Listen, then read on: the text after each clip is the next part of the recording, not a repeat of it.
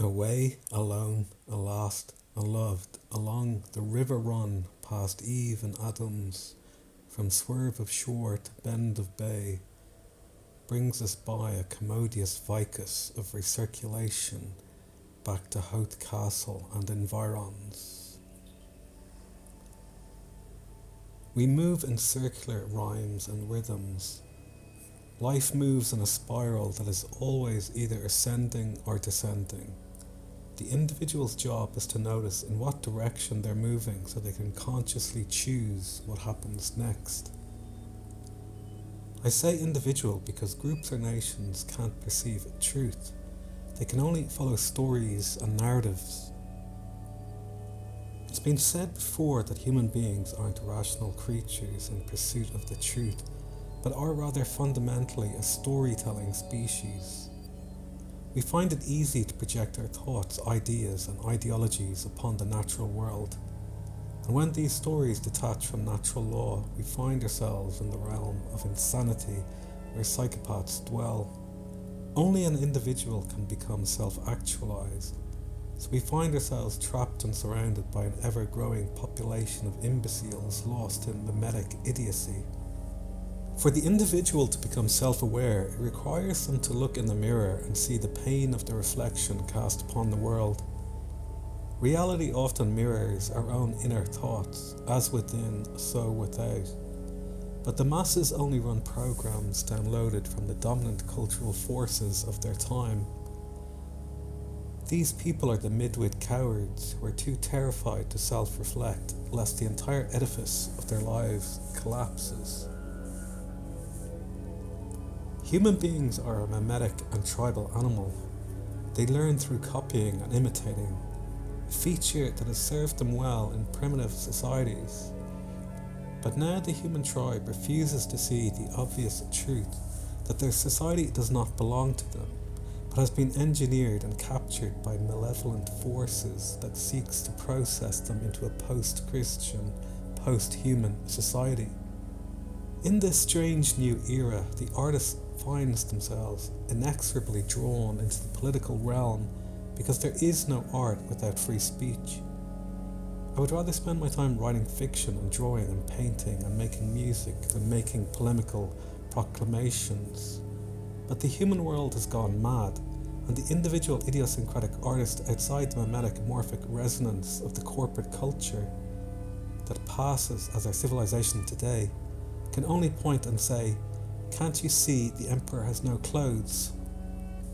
In tribal cultures, they intuitively understood the role of the shaman, the one who voyaged into the underworld to retrieve messages that helped them survive psychically and physically.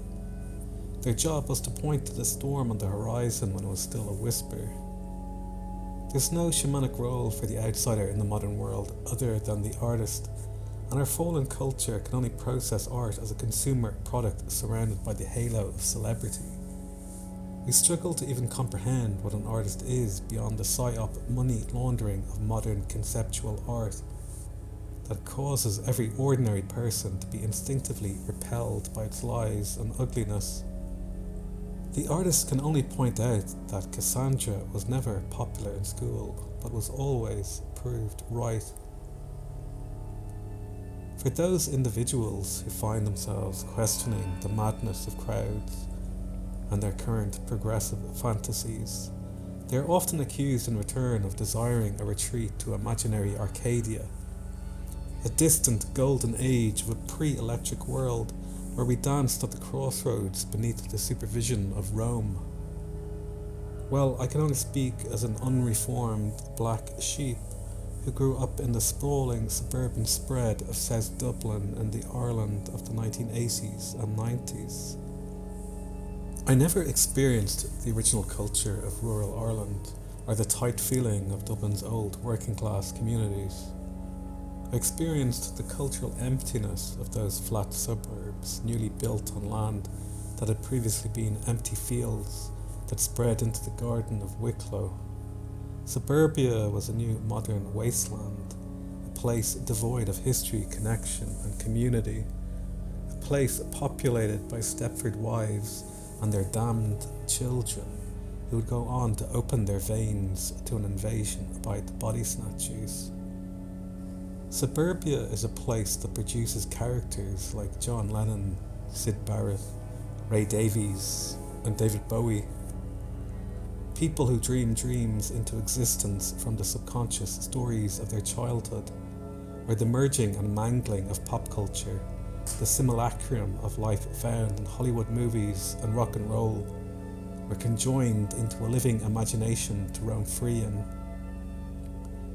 Later we would listen to the records in search of hidden Gnostic secrets in the grooves of crackling vinyl. We hoped to find a hidden escape route inside our own head. Suburbia was also a place where the innocent child could mistake the mediation of reality through the mass media as natural, because there was no contact with the traditional culture rooted in the earth with its cycle of seasons around the sun. Through experience, we found the devouring emptiness of this superficial world opened a void into the abyss. We had no choice but to make our own stories to make sense of this 2D society that appeared as solid as a cardboard cutout film set. Suburbia could feel like the foreign dream of a Spielberg who placed an extraterrestrial in its midst to explain the ordinariness of alienation. America looked like a place that attempted to seal the earth beneath concrete, but the ancient land still sang. You just had to listen. And in Ireland, the living landscape was always singing in the wild air. Of course, all children accept their initial experience of the world as being equal to reality, as though it were a mathematical equation, a fact of life, an isness of things. Just as a child in Rhodesia or Cuba accepted the world for what it is because it is. And then we go out into the world to find other people had other experiences, and one discovers what one never had or never knew, or what one might have missed. As a child, I was sent to one of the first non-denominational schools to exist in Catholic Ireland, a place that removed religion from the process of indoctrination. Instead, there were strange posters on the walls that compared how many fighter jets or tanks were equal to how many teachers, schools, or hospitals. We were shown how to make tie-dye t-shirts and led in a sing-along to the answers blowing in the wind. It wouldn't be until I was in my 20s and obsessively trawling through the history of popular music did I suddenly have the epiphany that the infamous Jewish actor Robert Zimmerman had been a part of my consciousness since childhood. And Bob was a great charismatic creative actor who told you to your face who he was and what part he was playing. It was no wonder his diehard fans hated the fictional Scorsese documentary about the Rolling Thunder Revue. Bob was called Judas not because his guitar was plugged into an amp, but because it was clear his metamorphosis into rock star splintered the genuine grassroots movement of the folk scene that was beginning to question the post-war society being created by the military-industrial complex. To become mature is to realise all the projected cultural heroes and villains of your childhood are playing their part in the magical theatre of the absurd, because culture has always been about soft power. The Soviet Union could never compete with the desire for Coca-Cola, Levi jeans, the Beatles, and Rolling Stones. It's an oddity of history that I find some of my views being categorised as conservative or far right, because I never got the memo that we were now expected to have unwavering and unquestioning faith in the motives of multinational pharmaceutical corporations and globalist political organisations. As a child growing up in the Ireland of the 1980s and 90s, I had no contact with the Catholic Church. I had no experience of it. I really had no opinion on it. It was something that existed in parallel to my life. It seemed as though by default I found myself with only a liberal experience of family, culture and society. It wouldn't be until I was in my 20s and studying philosophy with some lecturers who were Jesuit priests that I began to taste their worldview. You might think I would be the perfect person and age to be glad that liberalism won the culture war in Ireland, but all I see is a descent into totalitarianism and the creation of a technocratic feudal system where people will have no rights, only privileges to be monitored in real time by an all-seeing surveillance state.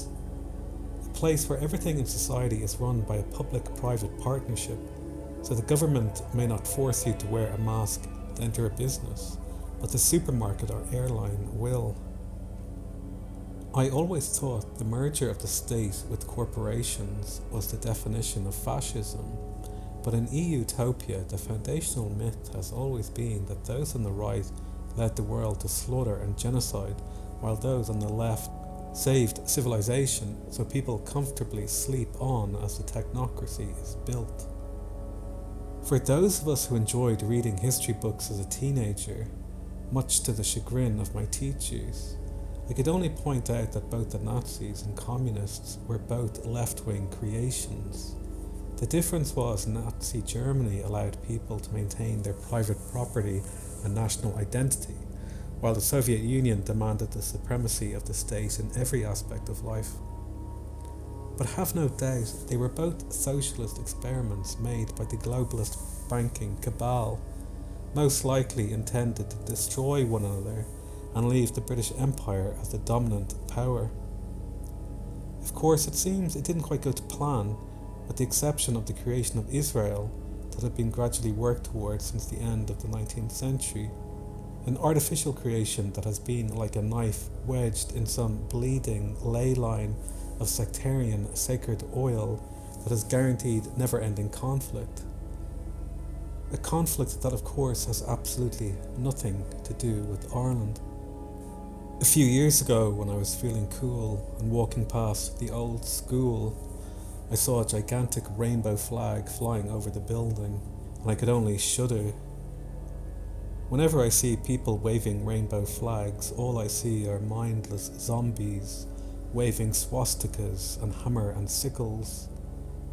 I see empty-headed drones lost in the frenzy of the crowd, and nothing is more dangerous than the mob, where the average intelligence of its constituent member is reduced to the level of the moron.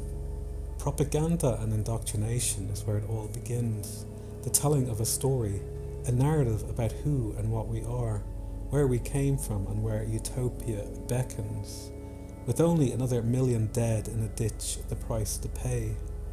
Because utopia is always around the corner if you could just kill another million people who disagree with you.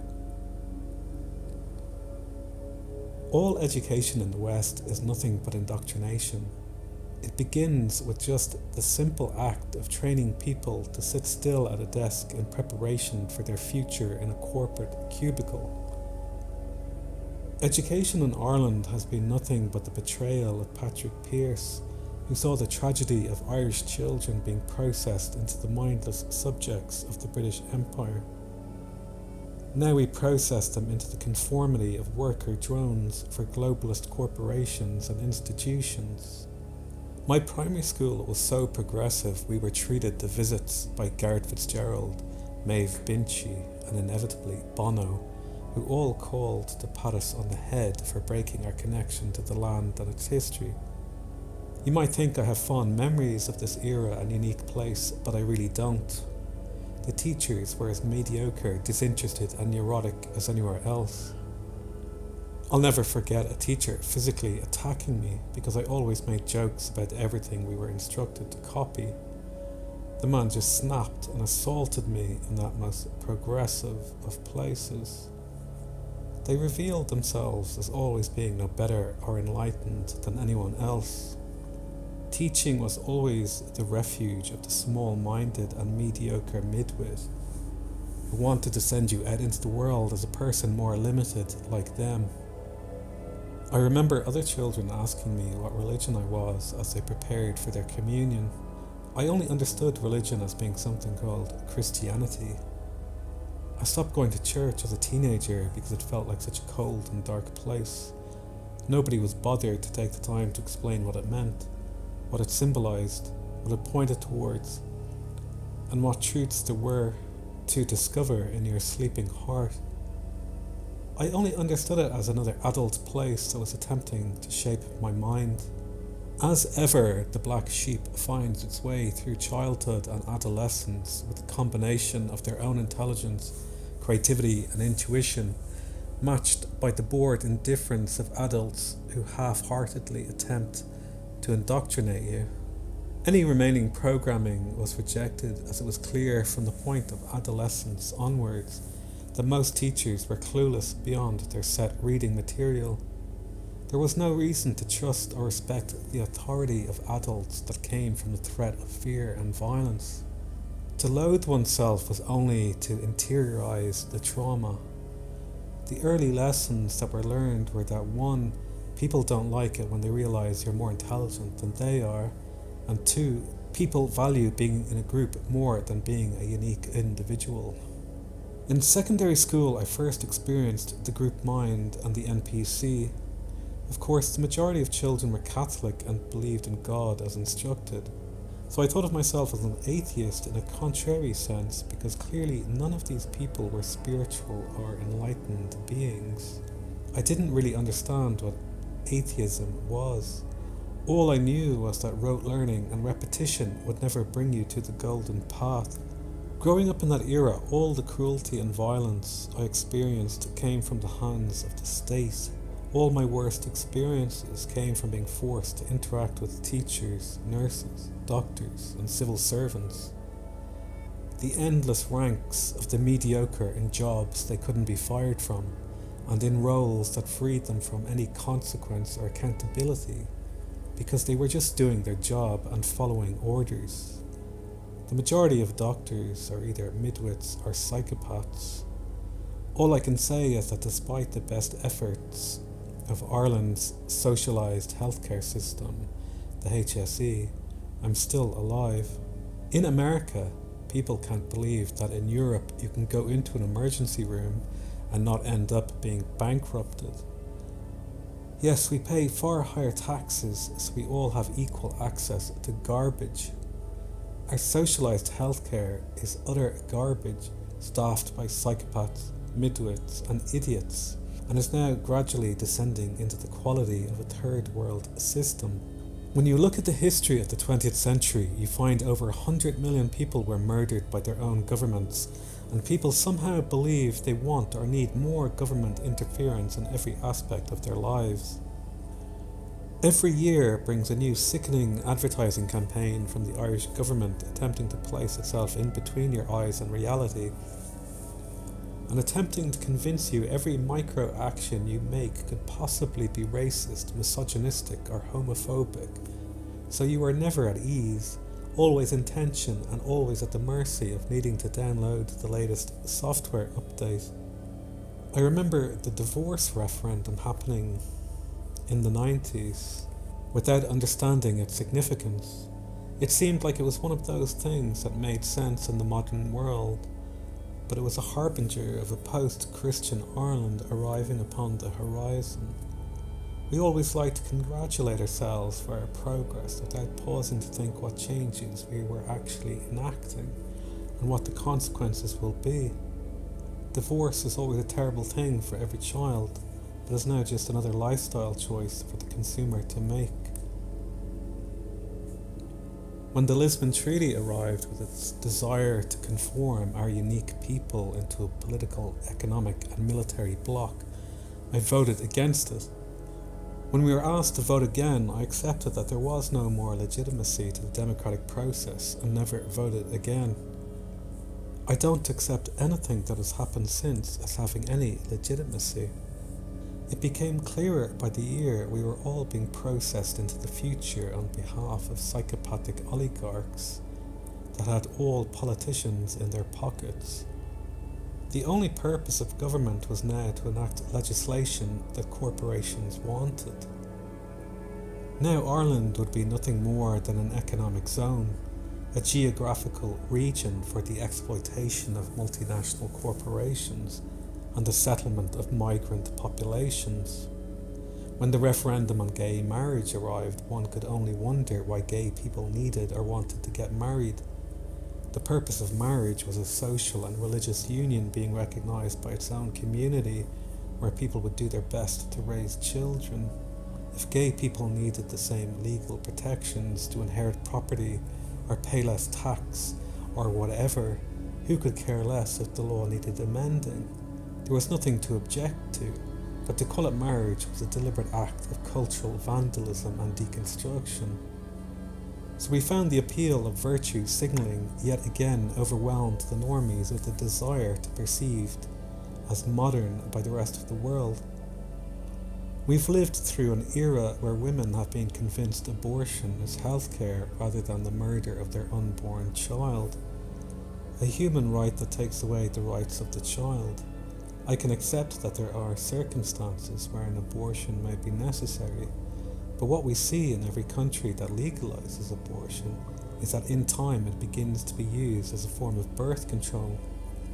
What is always left out of the abortion debate is the despicable, horrifying truth that the pharmaceutical industry requires a steady stream of body parts to make their ghoulish products for vampires.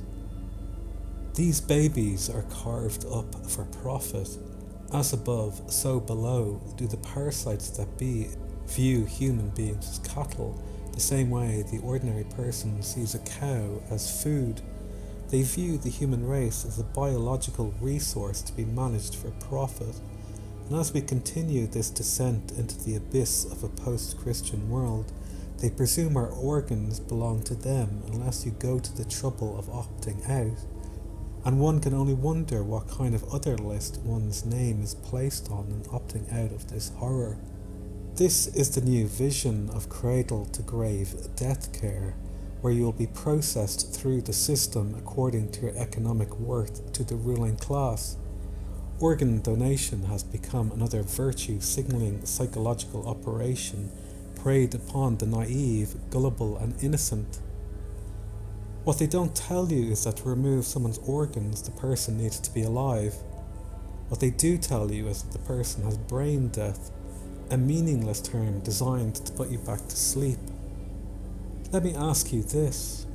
Do you think you will receive better or worse treatment from our socialized healthcare system when you will be judged whether it is more profitable for you to remain alive or for your organs to be sold? Canada has adopted the most sickening system of euthanasia now, where doctors can recommend that they murder you if you're not just in pain but depressed or even just poor. They don't even give their patients the dignity of a peaceful opiate overdose, but instead give a drug that paralyzes you so you can't speak or scream, while your lungs slowly fill with fluid until you drown in silent terror. Coincidentally, Canada now has the most profitable system of organ donation in the world outside of China. Whatever the worst models of human captivity and experimentation are, you shall always find them trialled in the colonies of the Crown first, Canada, Australia and New Zealand. Never forget that Ireland fought for its independence so it would have the opportunity of shaping its own destiny, lest its people be treated like the empire's livestock. The Irish people always revealed themselves to be a deeply insecure people, a people who somehow felt they were trying to catch up with the modern world.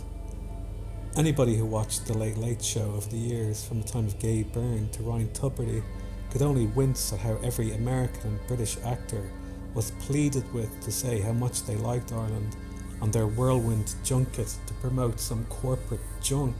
Ireland has a very different history to any other country in Europe, a country that suffered imperial occupation but was never a colonial power.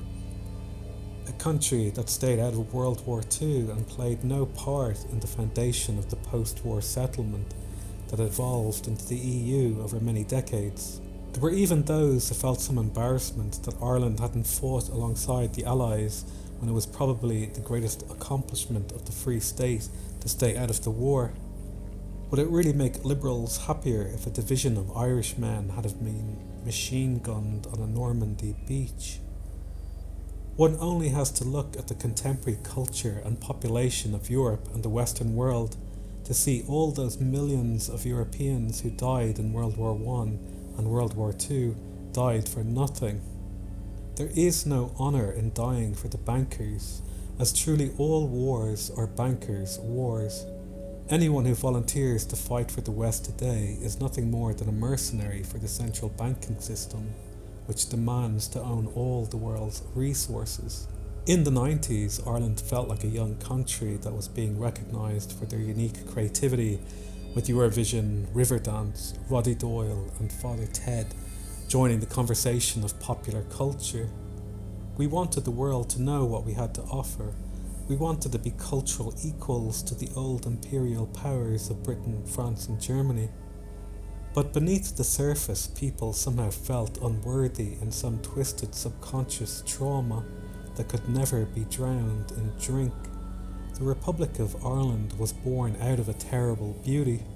We'd suffered the deliberate genocide of the famine that forced millions to leave with their culture and language, and left behind the survivors who had to adapt to being British subjects until they truly awoke from the slumber of history and took their destiny into their own hands. In the Republic, we somehow became embarrassed to wave the tricolour, lest anyone thought we supported the IRA as the Troubles grinded on for decades. What the truth of any of that history truly was is hard to understand. The Troubles became a part of the Cold War, with Republicans seemingly becoming Marxists embroiled in class struggle. The message of Sinn Féin evolved from Brits out to Muslims in, and one could only scratch their head that anyone could buy such drivel. Seeing the former snipers shaking hands with the Queen, one could wonder if they had always been MI6 anyway. The Troubles ended just in time for the 2001 op, lest anyone be confused by the term War on Terror. Of course, we can debate if Ireland ever became truly free and independent. Did we have a glimmer of freedom in 1919 to 1921, or did we have the sliver of a chance to choose our own fate from 1949 to 1973? What is clear is that from 1916 to 1923, many of the best and brightest were murdered by British and Irish hands. I've often thought if you were alive in 1922 or 23, what a hellish choice it would be to either spill the blood of your own brother or leave the country. What untold stories there must be about the truth of any of that history. What's clear is that the deep state remained. There was no changing of the guard in our civil service and bureaucracy after independence. And how could it not be a deliberate policy to fail generation after generation of children to develop a love for their own language? The greatest subversion and vulnerability of Ireland has always been its use of the English language, with the placing of its alien syntax and grammar inside our heads. Ireland has produced so many great writers in the English language because we don't think like English people or Americans. We have a different soul that demands a different fate. We find ourselves living in a contemporary pseudo-reality that reminds me of The Man Without Qualities, a novel by Robert Musil that was written between the wars about what the day-to-day life of the Austro-Hungarian Empire was like just prior to the apocalypse of World War I. Musil writes about a society that finds itself living in a new pseudo-reality where the midwits of the middle classes and aristocracy celebrate their sophistication in believing no one has ever reached their level of technological advancement, or rather spiritual ignorance, hubris and delusion. The book is about what happens to a population that so completely believes in the narratives and propaganda of their time that they are fully committed in only heading in the direction of progress. It is a book about people who welcome their processing into the future. What their future looked like in just a couple of years was the complete collapse of the social order, the removal of Europe's aristocracy, the culling of its excess population via trench warfare, the redrawing of all the lines on the map, and the mass slaughter of Christians by Bolsheviks. Those who hitch their individual fate to that of the system's architects, like nations that hitch their fate to the globalists, doomed themselves to be somebody else's statistics. Reading this book along with Ouspensky and Gurdjieff reveal how the individual with a mind and soul of their own has always been surrounded by masses of sleeping midwits and NPCs. Gurdjieff, of course, went further and considered these people as the living dead. They are creatures who will always try to drown you in their delusions if you don't learn how to swim upstream. Salmon develop their muscles by being forced to swim upstream and return to the source. Nature offers many correspondence lessons to be learned by the patient and observant. Farmed salmon, born in undersea cages, swim in circles inside their own filth. To become human and remain human, you always have to keep moving in opposition to society. To join the group mind is to give up your own genius for safety, as though safety is the most important thing in this transient experience of life. We all find ourselves living like school children in a society designed for women and children by architects bricking up freedom piece by piece. Anything a man might naturally do, like run, explore and climb in seeking experience of the world, can now only be toxic if it doesn't have a safety certificate and yellow vest attached. In a feminized society, the greatest threat to women and their beta men is to be ostracized from the group. Their whole identity is defined by their mind meld with the collective, where safety and security overrides everything else, including freedom and democracy. People go mad in groups and only recover their sanity as individuals. When you look at a landlocked country like Hungary, which suffered the fate of being surrounded by warring empires that overran its land, their unique culture and people have survived with the help of their idiosyncratic language. What could be easier to spot than any outside attempt to interfere when it talks in the language of globo homo, unrooted from their colloquial experience? They were one of the few peoples to take up arms against the vast power of the Soviet Union. They refused to be processed into communist drones and survived into the 21st century as a unique people. I've often wished Ireland was more like Hungary or Iceland or Japan. Unique places with unique people who understand their strength in a global world is their uniqueness. People travel to Japan to experience Japanese culture because it is like nowhere else. People travel to Ireland and are greeted by Indian and Pakistani taxi drivers who have no anecdotes to share and only stare at a GPS map until they reach their destination. People arrive at their hotel to be greeted by the grim, unsmiling faces of Eastern Europeans. People sit down at a cafe and might feel lucky to be served by a waitress from Australia who can be communicated with. Travelling around other European countries like Britain, Belgium, France, Germany, Italy, Austria, Switzerland and Greece, it's amazing how different they all are culturally. We are like cousins to one another, but we all remain a unique peoples. Travelling around Germany in particular makes you appreciate how Irish humour is taken for granted as a fact of life. It's hard to tell if Germans are naturally miserable or if they're just used to being dominated for so long they take it as a fact of life. British people like to think they're the funniest in the world, but all their humour is about pettiness, bureaucracy and class warfare. The Irish understand life as something more surreal and wild as we play the metaphysical game of hide and seek with God and the gods. We see the humour and poetry in things. While if you overheard some Greeks chatting over coffee, you would think they were about to murder one another when they're just talking about the weather. The Italians' sense of style is inseparable from endless stylish sex, while the French would rather read Sartre to their mistress, and the Spanish seem like a gang of children who've eaten too much sugar in the sunshine. Our European heritage and culture is truly diverse, but what we have nothing in common with are those who come from the alien worlds of Africa, Asia and the Middle East. Yes, Come to modern Ireland and visit the very Starbucks that Jonathan Swift used to drink coffee in. Visit the McDonald's where Oscar Wilde used to eat lunch. Have a drink in the same Wetherspoons where Brendan Behan and Flann O'Brien drank a pint of plain.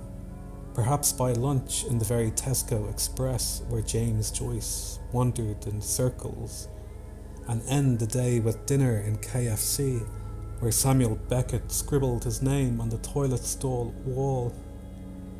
Modern Ireland has joined modernity by becoming the same as everywhere else in EU-topia. It has been flattened, processed and packaged by foreign corporations for a globally transient population.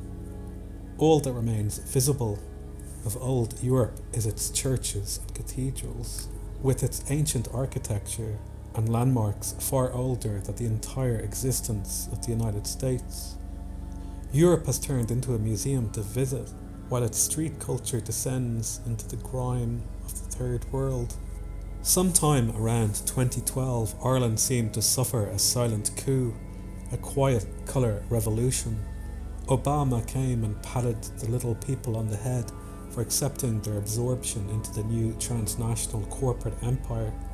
Ireland was sold lock, stock and barrel after the 2008 crash. Modern Ireland would now be a place for Big Pharma and Google to set up shop, employ a few thousand people, and take all their vast profits abroad. But worse than that was the importation of America's culture wars and endless psyops. Probably the worst thing about modern Ireland is it is now perceived as a place that's attractive to deranged American liberals. Recently, when I was in the local post office, I had to suffer the indignity of waiting behind a fat American woman with theirs emblazoned on the front of their mask, as she babbled gibberish into the void. The great thing about people wearing masks is it tells you to keep away and not engage, as they are likely suffering from brain damage due to the lack of oxygen. They do everything they can to signal they are proud members of the death cult, and all we can do is believe them. The way normies look at Scientologists is the way I look at their progressive ideology. What are the shibboleths of this new global vision? Let's examine some of the tenets of their cult. They tell us because of climate change, the warming of the earth will now result in a new ice age.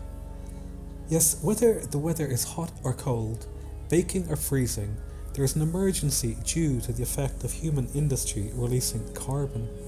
Of course, this is nonsense. The earth has been hotter and colder in the past, and their own inconvenient data shows this. One can only ask, what is the correct temperature of the earth supposed to be? But what if I am incorrect, and the release of carbon is an existential threat, rather than plant food, which makes the earth green instead of a barren desert or frozen tundra? Do tell me why we would want to move millions of people from the developing world into the developed world, where they will produce more carbon, create more pollution, and use more of the earth's limited resources than if they stayed where they were born. Of course, the point is to create another financial scam whereby it is claimed you can control the weather through taxation, presumably a concept originally taken from Monty Python. These people's ideas are as bad as the medieval scammers who convinced people that paying indulgences would lessen your time spent in purgatory. Economics is ultimately about control, as the bankers will keep creating money out of thin air until they are stopped. Those who have the ability to create money have the ability to create their own pseudo-reality. The bill for a new green economy has been passed on to the consumer after the industrial giants have made 200 years of gluttonous profit.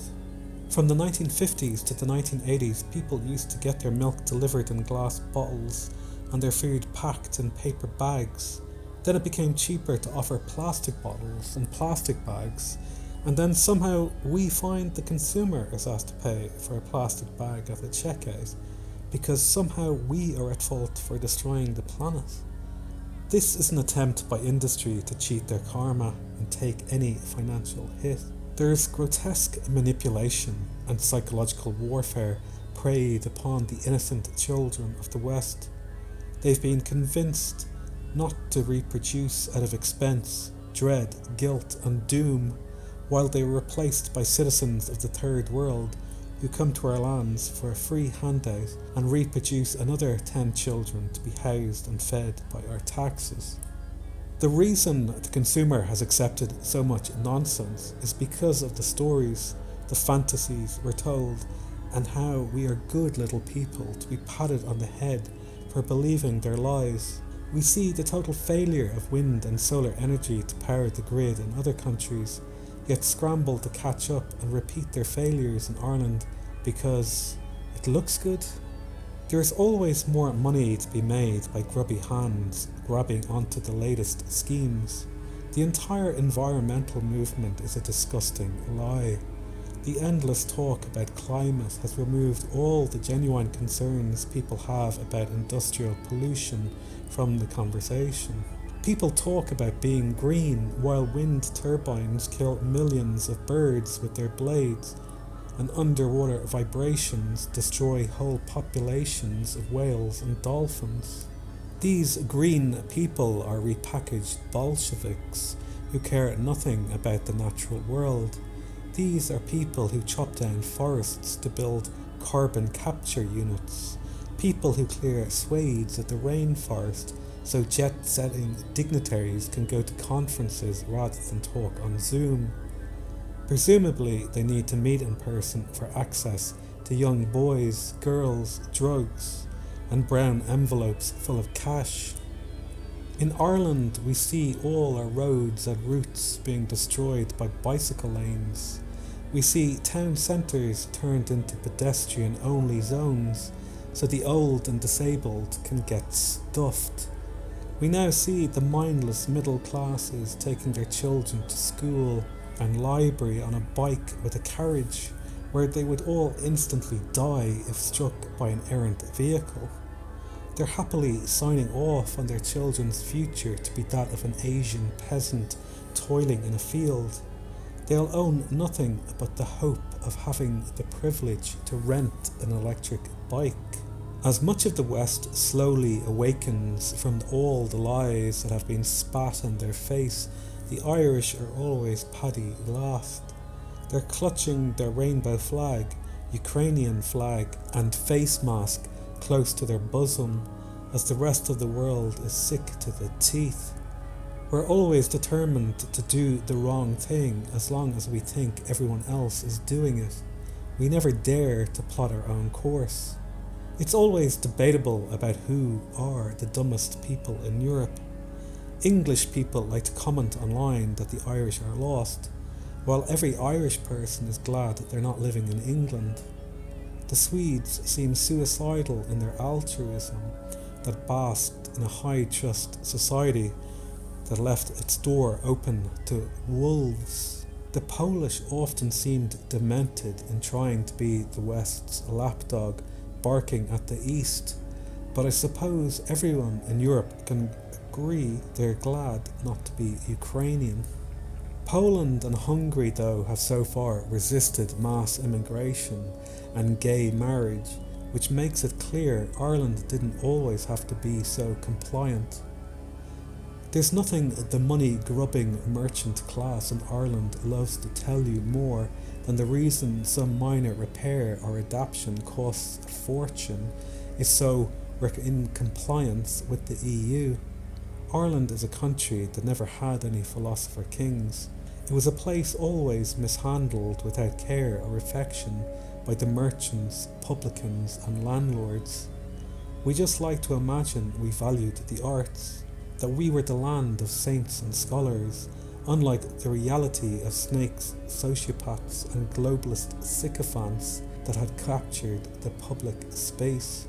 After the 2008 crash, Occupy Wall Street was the first grassroots organisation and protest movement to make waves in the West since probably the era of the Vietnam War in America, or the poll tax riots in Britain. Perhaps Occupy was infiltrated from the beginning, but it made its mark on public consciousness, and ideas are harder to kill than people, so it needed to be diluted and distracted from. And what has been promoted to the youth since then but identity politics? Men versus women, black versus white, young versus old, straight versus gay, progress versus Christianity, left versus right, all of which do nothing to point the finger at the owners and architects of our financial, political, academic, media, medical, military, industrial complex. The socialist scammers of the West who dreamed of taking their democratic countries into communism never succeeded because ordinary people had a good quality of life in the post-war world. People with working class jobs could buy a home and a car on a single salary, and mothers could raise their own children rather than handing them off to strangers. Class warfare was a total failure. What has been amazingly successful is the atomization of identity politics that places all human life in a hierarchy of perceived victimhood. What is more appealing and sinister to tell a young person that nothing is their fault, how they deserve prosperity by doing nothing, and how they can be anything they wish from the opposite gender of their birth, to even being a cat. The rainbow flag has become the symbol of mental occupation across the West in the last 15 years, a deliberately inverted mockery of God and nature's rainbow, a symbol used to signify a break with the past. The flag is the symbol of an ideology designed to be incompatible with all indigenous traditional cultures. The point is that progress is a process that has no end point or goal other than to deconstruct a people's culture. It is a symbol of continuous revolution, a symbol that has to be continually altered along with the beliefs of its adherents. It is a form of Trotskyist vandalism. It is a process that forces its followers to always be up to date with the latest thing, the latest obsession, the latest novelty, the latest diktat downloaded from the hive mind. Its followers are people who have outsourced the higher function of their minds to corporate-sponsored influencers who weave tall tales to the ignorant and illiterate about oppression. In this sense, the past is always a terrible place, and the future is always beckoning but never arrives. I wish young people understood that when corporations are promoting your point of view in books, music and movies, you are not part of a counterculture. When I look at the promotion of LGBTQ culture to young people, I wonder, what do all these random letters have in common but the promotion of a childless life? And a culture that does not promote married couples raising children is a death cult. Do these people not have the curiosity to notice that the social engineers of today are the children of eugenicists? People love a good story of the oppressed fighting for their rights and recognition. People's instincts are easily hijacked by a sense of equality and decency, while the oppressed flaunt nothing but their degeneracy. One way to interpret the rainbow flag is as an inversion of the human chakra system in the New Age. Just as there are 7 colours in the rainbow, there are 7 chakras which correspond from our base physical nature to our highest connection to God Spirit. The corporate 6-coloured rainbow flag symbolically places our lowest self as the ruling force over our rational and divine nature, essentially stating that what you do in the bedroom is the most important and dominant feature of your existence. It is a flag that is a celebration of narcissism and becoming enslaved to desire. It is a flag that encourages the individual to celebrate their animal nature rather than aspire to open their crown to their higher mind and self. The self-actualization of understanding human beings can attain is in realizing they have the body of an animal animated by a divine soul that waits to fully awaken within. You're not taking anything with you when you leave this world, but what you have realized within your soul. The kingdom of heaven is within. I have no problem with equal rights that mean people are treated equally when they go for a job interview or enter a shop, but I have no interest in people's personal lives or what consenting adults do behind closed doors. What I see though is a psychological massage taking place, that the finger is always pointing in the wrong direction. People have been trained to perceive oppression where there is none, because ordinary people won't join the bandwagon of the hive mind. Ordinary people don't adopt all their nonsensical, self-invented linguistic terms, so the alphabet soup crowd are trained to perceive them as bigoted and dangerous. In biology, there are only two sexes, while gender is a linguistic construct. In other words, a silly word game to be ignored. When people in the past were invited to the dinner parties of the ruling class, they were judged on whether they were using the correct knife, fork, or spoon with each course of food. Its purpose being a test to see which group you belong to see if you were one of them. In all cultures, there is always an in-group and an out-group, and what the rainbow flag people have done is create their own in-group that forces everyone else into an out-group that they can then perceive as a threat to their existence. It practically goes without saying that these people are useful idiots who don't understand that they are playing the part of pawns upon the chessboard. The course of Western society looks like a game of chess being played by one person, a dialectic to move populations to preconceived positions that appear to be of their own choosing. In modern Ireland, the Catholic Church has become a bogeyman of perceived oppression. I find this development so surreal as a non-Catholic who has lived in Ireland their whole life.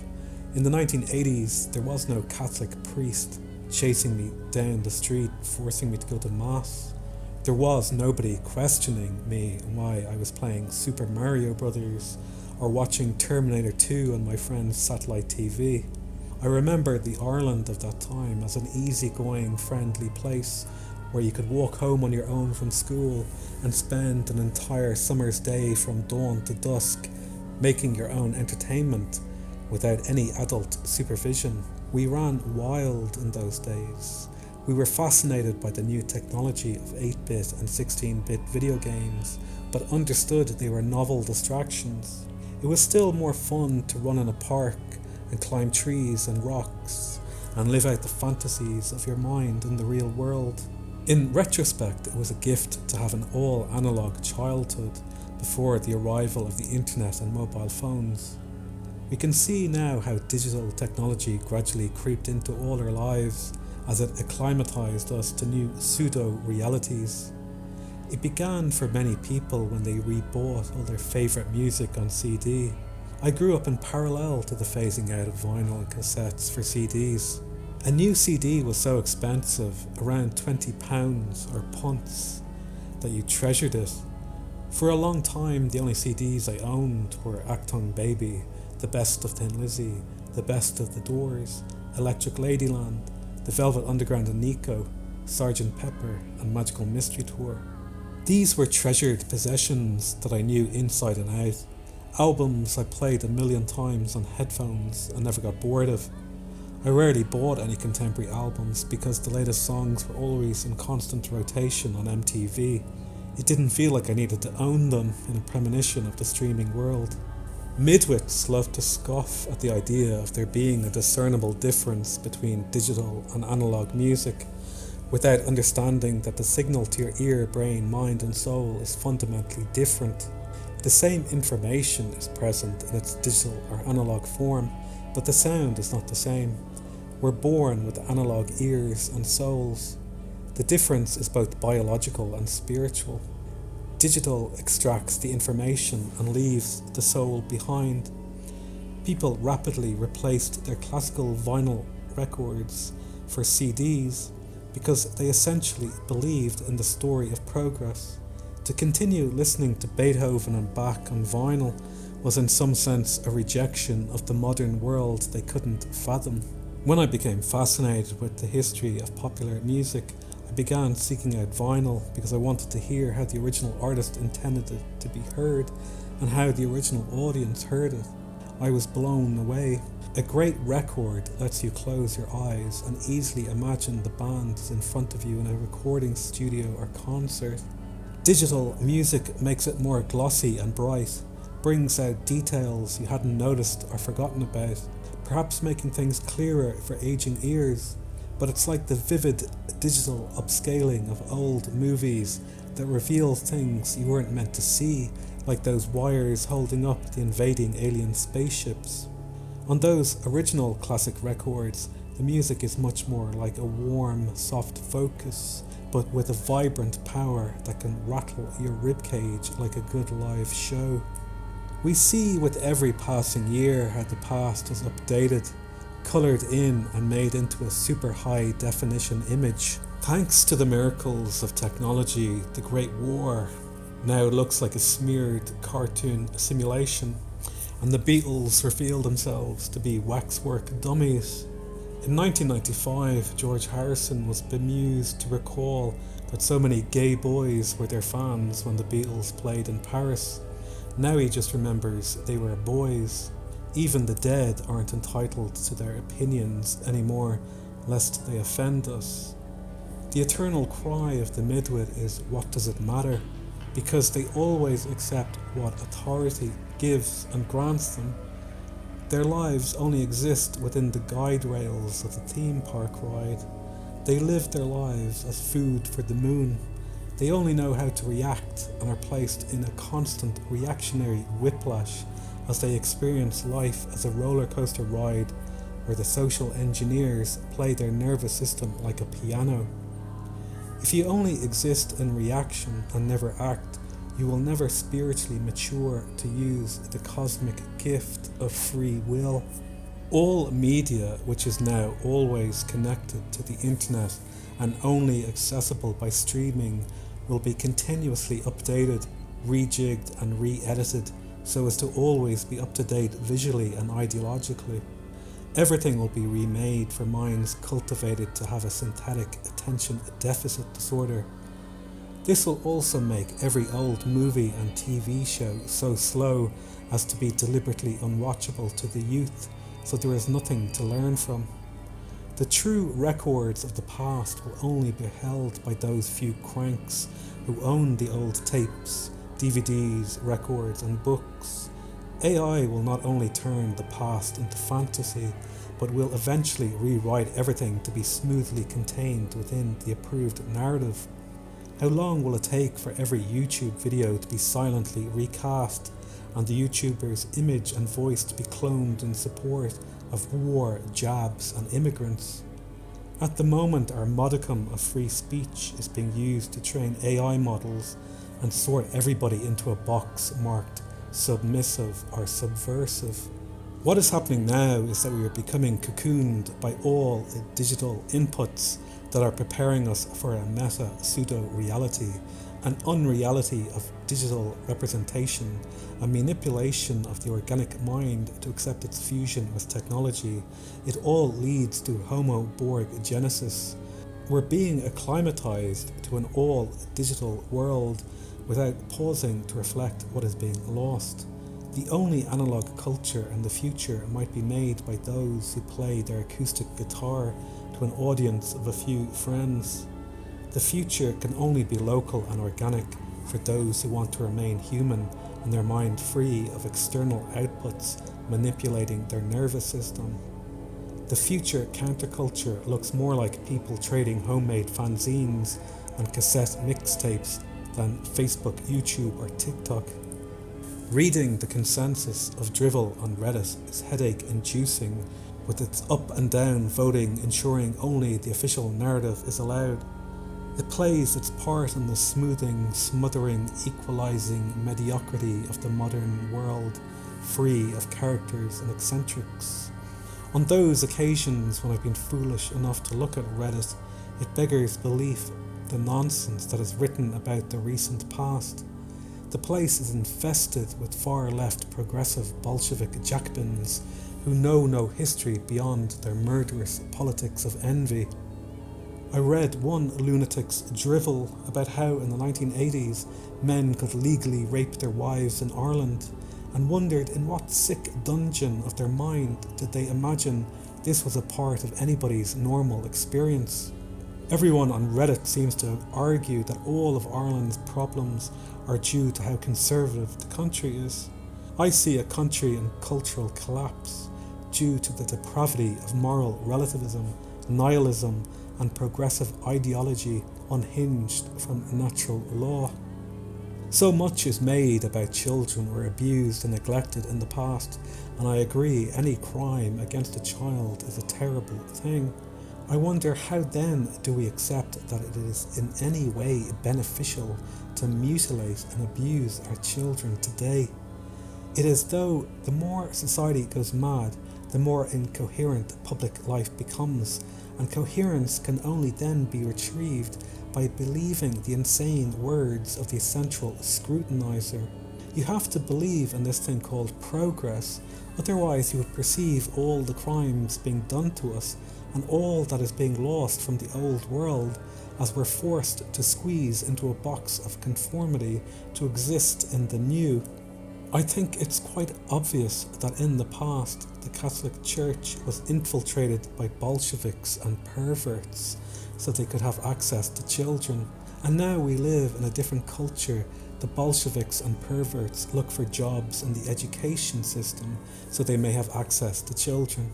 Any priest who abused a child wasn't a Christian by default. To the far left progressives, every argument is an opportunity for power, a subject to leap upon and exploit. They do not actually care about children, or you, or migrants, or anyone else. They only care about achieving access to power. Their philosophy is power by any means. They are the supreme liars and criminals of politics and culture. The Ireland I grew up in was a far freer place. Now we are all ideologically judged for every microaggression and action to see if we conform to the world view of lunatics, narcissists and psychopaths. What Christianity represents to them and their globalist billionaire supporters is a cultural force that prevents all life having a price tag attached.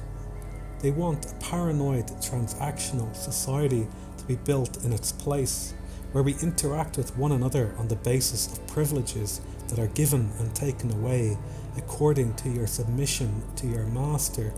It means the end of human rights for a free life on the plantation, where everything is owned by the corporate fascist state, and the only place to buy anything is in the company store with company books that have an expiry date, as it would of course be extremely right-wing to save some money and build a better life for yourself.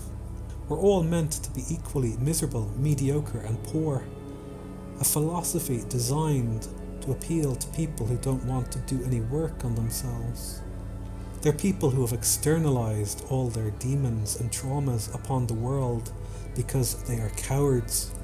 Christianity is a cultural force which offers a system of understanding human beings have a higher self, soul and purpose, as God knows every hair of your head.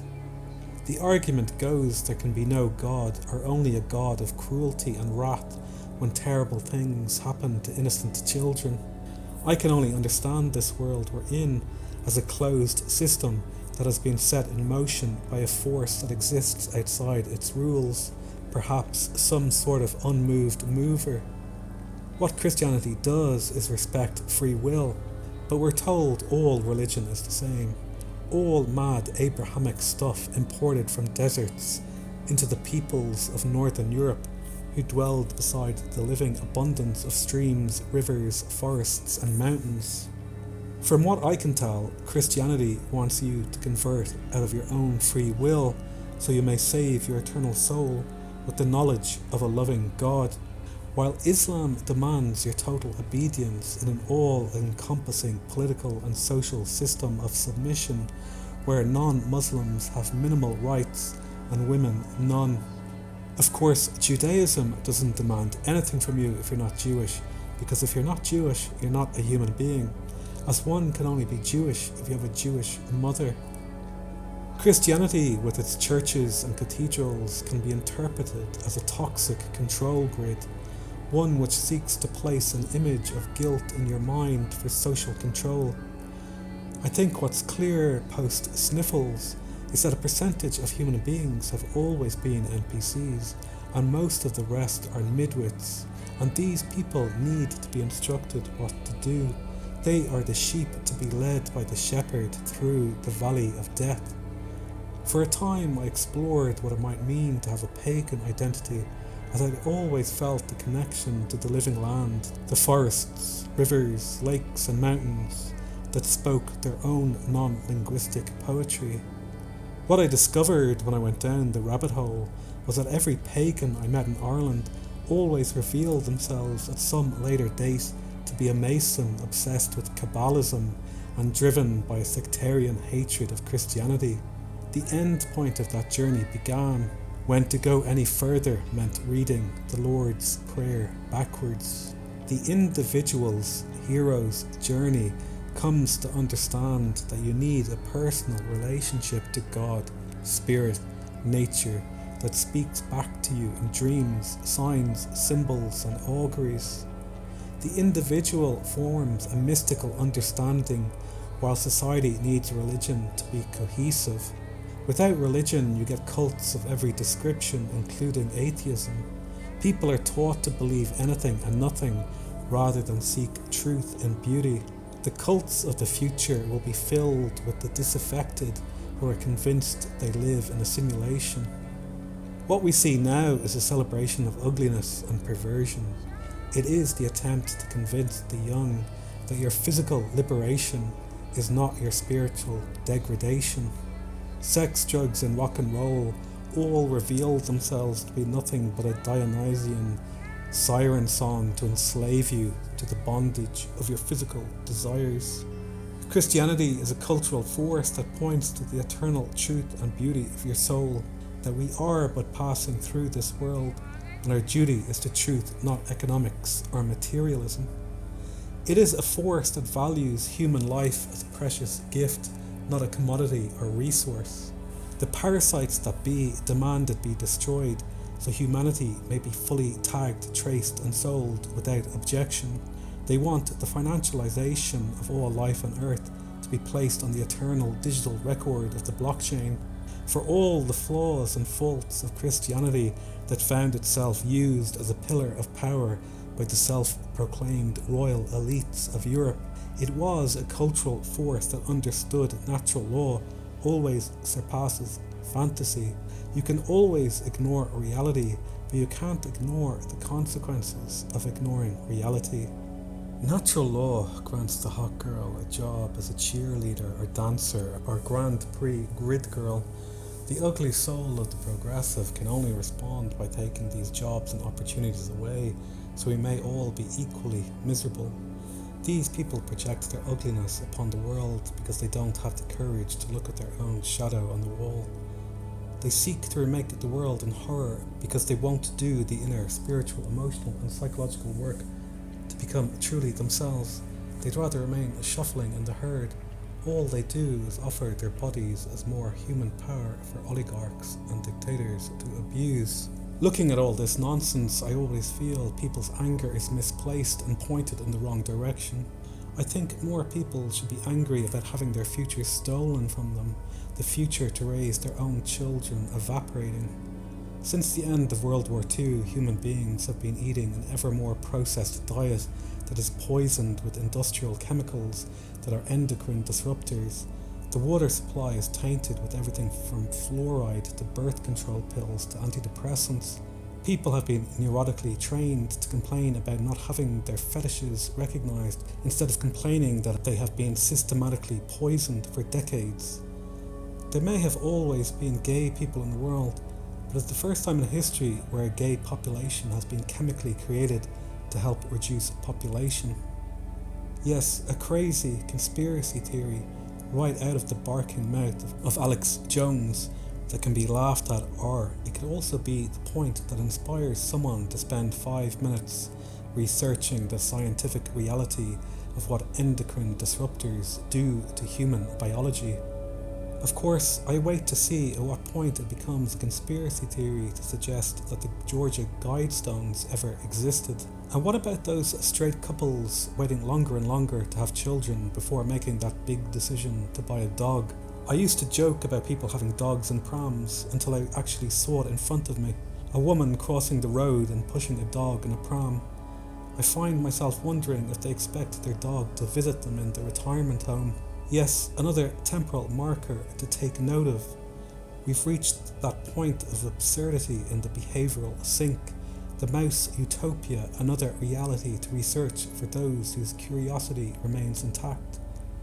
Read about it and decide if your modern urban life is any better than that of an overcrowded rodent in a maze. What we're witnessing on a planetary scale is a terraforming of the Earth, from being carbon-based to being silicon-based, the merger of analog organic life with digital technology to create a new synthetic subspecies that no human being on Earth consented to. Chemtrails used to be another tinfoil hat topic until governments and corporations began talking about geoengineering. Yes, of course, we're doing it to save the planet. Now, data centers not only require huge amounts of non-green power, but vast amounts of water. We're literally burning off the natural gifts of the organic world, so we may be placed inside a digital prison.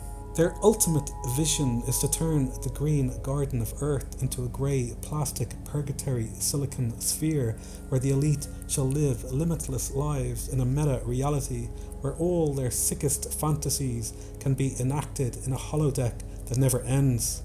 These psychotic people attempting to steer the fate of the human race are no longer human, at least in the sense that they have left the human family. Whatever is at the top of the pyramid communicating to them is non-human, or at least we can hope it isn't human, because if they are all just self-hating tech bros, then we have allowed ourselves to be fooled by our own desire for comfort and convenience, and sold our soul for pennies on the dollar. As a wise man once said, "I don't have to sell my soul, he's already in me." The other great rallying cry of this new age that is designed to turn off the mind is racism. As someone who grew up in the 90s watching Star Trek The Next Generation and enjoyed every music documentary that came along about America's troubled journey through the 60s, I was baffled by all the talk of contemporary racism. I could see very little racism in modern America or modern life in general. It seemed like a relic of the past. In Ireland, we generally thought of ourselves as being open, tolerant people. We hadn't understood how everything becomes a weapon in the hands of the ruling class. Racism is of course a term invented by Trotsky designed to create a schism, to create conflict between in and out groups for the purpose of power. The horror of what happened in the creation of the Soviet Union is still not fully understood in the West. We are beginning to understand in our current descent. All our academic institutions in the West gradually fell to the far left, who found it easier to win the culture war than confront the state. What the radicals of the counterculture discovered was that the state would always have the monopoly on violence. They would always be the biggest gang on the block. What form human society takes always comes down to who has the violence to enforce it. Operation Gladio revealed that most terrorism had always been the creation of the state. And was it some incredible coincidence that Bill Ayers ended up in the orbit of Barack Obama? Or was it just another banal revelation of the method easily ignored because people knew no history beyond the flickering TV on the wall of the cave? In America, the festering wound of slavery is never allowed to be healed, so it can continue to be exploited in the stories told of winners and losers. It seems America's Civil War, or War of Northern Aggression, had little to do with slavery, but rather about political and economic independence. But I'll leave it to Americans to debate. What matters is that history is always written by the victor, and the story passed down is one of indignation about how the colour of someone's skin defined them in the system. It's seen as a terrible, unforgivable crime of white against black, that encourages some white people to self-flagellate and some black people to hate. From what I can tell, slavery has been a feature of human civilization from the dawn of time. From Babylon to Greece to Rome to Egypt, they held a view of ultimate power that they built their societies on. In Africa, warring tribes took slaves from one another, as well as selling their own unwanted people to others. They were then sold to Arab traders, and these traders sold them to Jews, who brought them to the New World and sold them to the ruling class of their time, the wealthy landowners. There were no ordinary small farmers eking out a living from the land who owned slaves in America's southern states. American history tells us that the Democrats were the party of slavery and the KKK. They were the ones who saw that they could create a dependent welfare population who would vote for them forever. How many black families had a mother and father in the 1950s compared to now? Who promoted gangster rap? Who flooded the projects with drugs? The total cynicism and failure of the Democrats in helping the black population achieve a better life is best examined by one of their own, like the lifelong Democrat Warren Beatty, who was there on every demonstration in the 60s and ripped apart all their hypocrisy in the movie Bulworth. I thought it was one of the funniest things I'd ever seen when it was released in 1998, and now I can't imagine anyone being allowed to make a film like it in this age of ideological enlightenment. What I see in the Trotskyist term racism is the creation of subgroups as a pool of potential power. The left only sees people as groups to exploit, not unique individuals to value. I think what conservatives and anarchists may have in common is that they judge an individual's character, while those on the left are always seeking to place people in boxes. What they're interested in is a mass of warm bodies to use for their struggle, human life to be thrown into the gears of the machinery.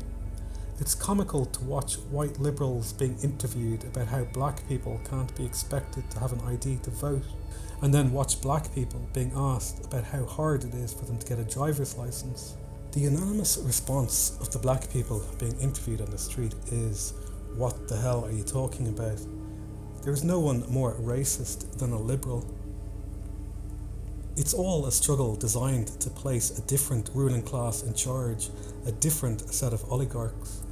The stated purpose of communism is to create a perfect, fair and equal society that will reach a point where no government is needed.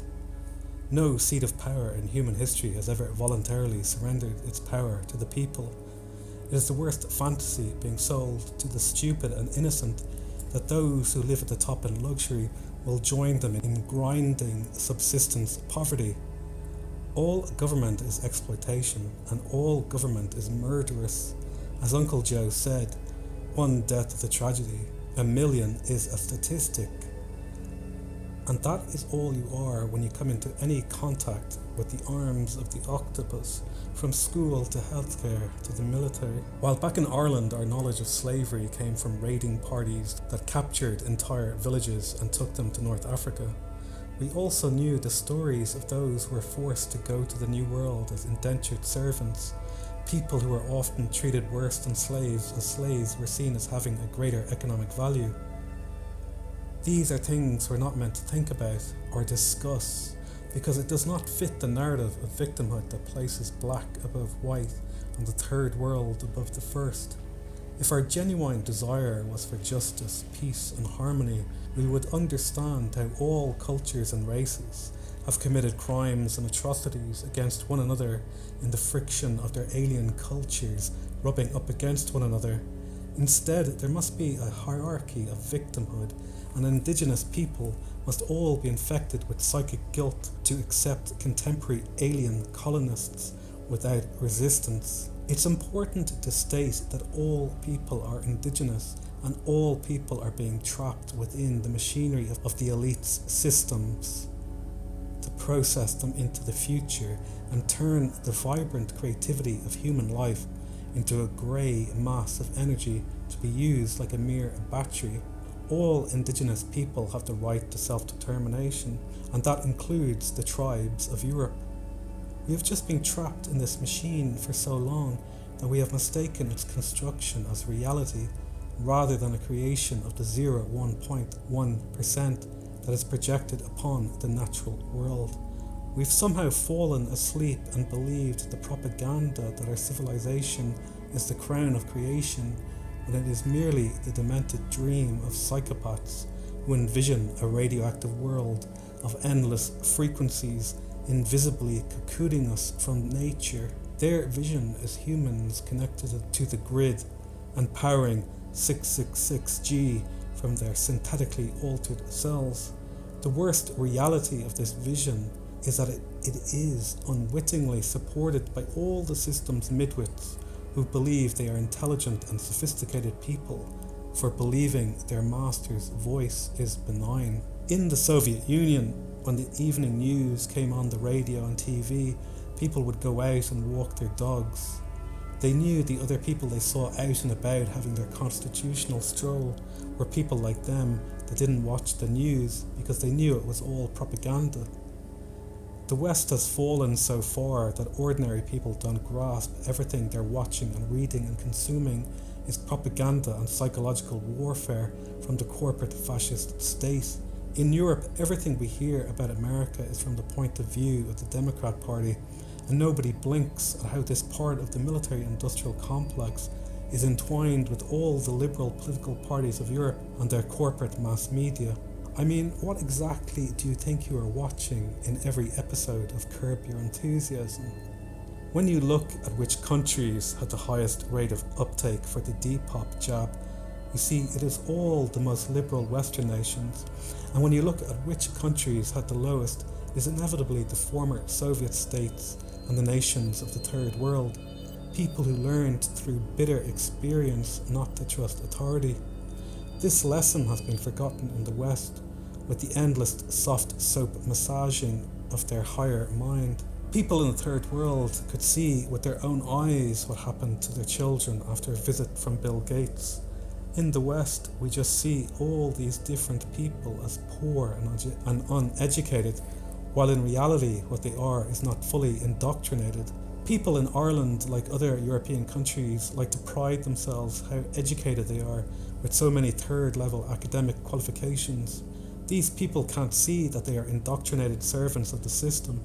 The phony war of the sniffles scandemic revealed the middle-class midwits to be open-mouthed morons who cared only about repeating the correct information as a display of loyalty to the white-coated priests of the technocracy.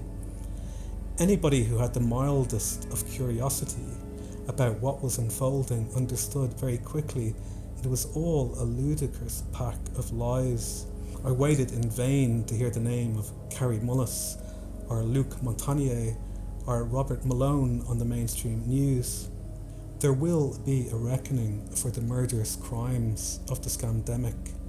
They deserve nothing less than Nuremberg 2.0. The people who didn't want to take part in an experimental big pharma drug trial did so because they knew how dangerous it was. They were people who remembered thalidomide babies and 1,000 more medical scandals. They valued the integrity of their God-given body and DNA. They were people who tried to make their family and friends see all the lies because they didn't want to see anyone injured or killed. In return, they were mocked, shamed, ridiculed and threatened with being forcibly jabbed and sent to the gulags if they didn't comply. The death of anyone who wasn't jabbed was celebrated by the sickos. Elderly people died without ever seeing their loved ones again. People died who were waiting for surgery and didn't want to be jabbed. The progressive cult revealed how ugly and mindless it always was. And in that great arena of progress we call the arts, we saw all those famous liberal cultural figureheads ask their fans to take the alphabet soup or remain isolated in medical apartheid. No one will forget the sight of Paul McCartney, Ringo Starr, Mick Jagger, Keith Richards, Elton John, Neil Young and Dave Grohl aligning with the Poisoners. All these characters revealed themselves, for all their wealth and fame, to have always been nothing but puppets of the system that allowed them to roam in a gilded cage. In Ireland, that great, sensitive, liberal artist, Christy Moore, played the segregated audiences, and now as the wind changes, he has the chutzpah to put out an album titled Terrible Beauty that anybody with their mental faculties intact can only hear as terrible bollocks. At least I can still put on Van Morrison's Listen to the Line without shame. There can be no forgiveness in life without justice happening first. One of the great modern psyops is to question the survivors of terrible tragedies 5 minutes after an atrocity happens, if they can forgive. The topic of forgiveness is something to explore many moons after justice has occurred. I presumed that if you believed in the scientific method, it meant you were always open to new information. Isn't that what science is? A process built on new discoveries and repeatable experiments. What could be more idiotic than to see the plastic faces on TV talk about how the science is settled on every topic that the ruling class attempted to shove down our throats and up our nose? The scandemic truly was the greatest education, as it revealed all the answers one might have about history's atrocities, what it meant when people said they were just following orders, and how ordinary people felt emboldened to be agents of the state in asking why you weren't wearing a mask. A mask, of course, being a device that alters the amount of oxygen reaching your lungs and brain, so one would think that one would have to consent to it as a medical treatment. Perhaps the most entertaining revelation came from those who had cried so much about my body, my choice, and abandoned their demand for medical ethics so rapidly when the wind changed. Loyalty to the system always requires your views to change on a dime to remain in the in-group. They want you to humiliate yourself by knowingly submitting to the absurd. In Ireland, you couldn't catch COVID in a pub as long as you spent €9 on a meal. The hypocrisy made me laugh when Karen was asked about the jab while she attended some American pro-choice event. But none of it was about science or medicine. It was all an ideological test of loyalty to the system. I had the terrible revelation of how few people cared about freedom or human rights in those moments when I was totally alone and refused to join their cult, let alone wear a mask. I felt as though I was starring in Invasion of the Body Snatchers, the one with Donald Sutherland, and waited to see if I'd end up like Charlton Heston in The Omega Man. Presumably, the next films to arrive will be Soylent Green, followed inevitably by The Planet of the Apes. The world to come is one that attempts to dissolve the West in a melting pot of mediocrity and savagery. White people are probably the least racist people on the planet, the most tolerant and welcoming of any race. What they suffer from is some kind of pathological altruism. The golden rule to treat other people how you'd like to be treated is appreciated in the West as a central truth of a good life. It can be understood as that merger of classical Greek thinking with Christianity that gave us Western civilization. What is now being done to us is the importation of all the world's ethnic conflicts and hatreds into our homes. The propaganda tells us to be more open, more welcoming to aliens from alien cultures who have been told they deserve their unearned piece of the pie from their oppressors. The reality is that the non-Europeans on this planet hate one another as much as they hate the West. Chinese people hate Japanese people, Indians hate Pakistanis, and Pakistanis hate Bangladeshis. Somalians hate Ethiopians. African tribes hate every other African tribe, and ultimately all those millions of Sunnis hate all those millions of Shia. All people have an in-group preference, except for those propagandized white people who have been convinced it is somehow wrong when it is just human nature. And somehow we think it aids us to import these people because at all costs the most important thing is to increase GDP by 2% every year until all the Earth's resources are gone and the sun burns out. Is the meaning of life to grow gross domestic product, or might we have a better quality of life if we let our economies shrink and populations age and allow a transfer of wealth and housing to happen peacefully between generations. Japan, like Germany, was a fully occupied nation after World War II, but somehow Japan, being an island nation with its own peculiar culture, kept its xenophobic racism intact. Unlike Germany, that has made a religion out of pointless guilt, Japan is more likely to use robots and automate its economy than import millions of low IQ aliens to survive. It's their nation and their choice.